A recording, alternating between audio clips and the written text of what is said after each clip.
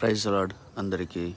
ఈరోజు పరిశుద్ధ గ్రంథంలో నుంచి మార్కు సువార్త చదువుకుందాం. 15వ అధ్యాయంలో దేవుడు క్రీస్తు రూపంలో భూమి మీదకి వచ్చాడు. ఆయన సిలువకు వేయబడ్డాడు. ఆ సమయంలో క్రీస్తు యొక్క చెయ్యిని దేవుడు విడిచిపెట్టాడు.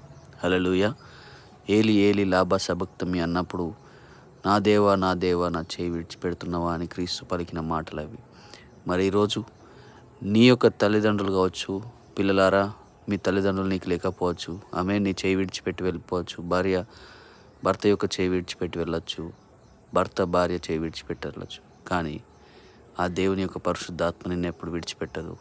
నమ్మకంగా దేవుని దగ్గర ఉండు. ఆమేన్. నీ కష్టంలో శోధనలో దేవుడు నిన్ను పైకెత్తువాడు ఆయన.